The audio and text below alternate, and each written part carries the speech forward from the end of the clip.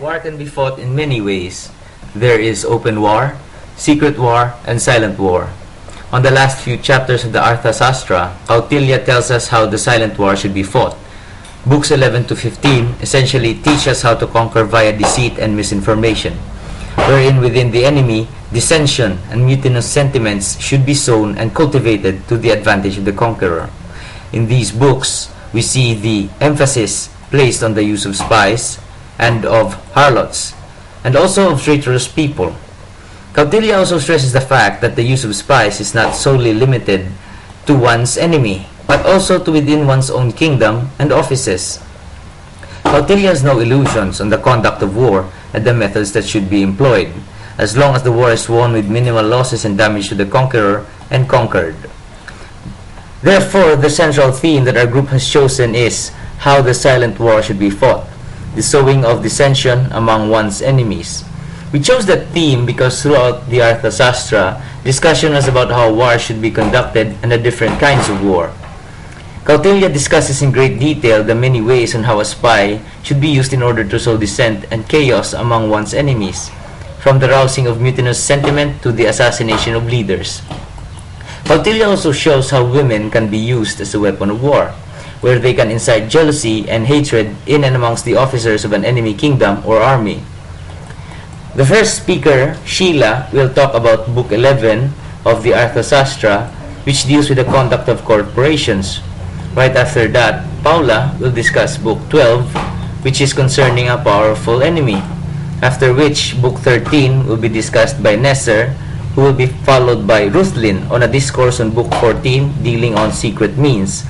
And finally, Book 15, which is the plan of the treatise, will be talked about by Aldrin. Marty will then give the conclusion and closing statement. Book 11, entitled The Conduct of Corporations, discusses the process of dissension and secret punishment. Kautilya stated that the acquisition of the help of corporations, which refers to independent army groups, is better than the acquisition of an army if gain or profits. It is therefore necessary for a ruler or the king to unite and establish leadership among these corporations. This can be done in two ways. First, by giving gifts and consolations if the group recognizes his authority, and second, by forging dissension and imposing secret punishment if opposition emerges.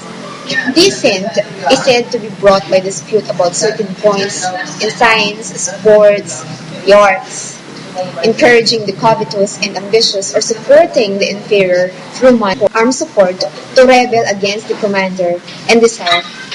Dissent is basically, as described by Kautilya, is brought by dispute about certain points of science, sport, and art, encouraging the covetous and ambitious or supporting the inferior through money and armed support to rebel against the commander and the desire for winning. The role of spies is deemed critical in creating dissent within and among the opposing corporations. Kautilya basically emphasizes the importance of knowing one's enemy and attacking them through their weaknesses, which refers to the things that they value and desire most. The employment of women and the promise for material benefits in this endeavor highlight this point. The employment of spies is crucial and necessary. They must be employed in the strategic domains of the community, or the areas or activities that will allow them to interact and build necessary relations with their objects. In the case of India, for example, in the tavern, ruler's office, harems, etc. Winning the war without confronting the enemy in actual battle or combat is the ultimate goal of the so-called silent war.